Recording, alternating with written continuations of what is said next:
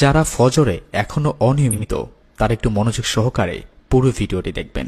ফজরের নামাজের 10টি ফজিলত।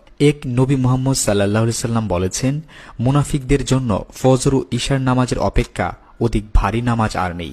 এই দুই নামাজের কি ফজিলত তা যদি তারা জানত তবে হামাগুড়ি দিয়ে হলেও তারা উপস্থিত হতো। রাসূল সাল্লাল্লাহু আলাইহি সাল্লাম বলেন, আমি ইচ্ছে করেছিলাম যে মুয়াজ্জিনকে ইকামত দিতে বলি এবং কাউকে লোকদের ইমামতি করতে বলি, আর আমি নিজে একটা আগুনের মশাল নিয়ে গিয়ে অতঃপর যারা নামাজে আসেনি তাদের উপর আগুন ধরিয়ে দেই।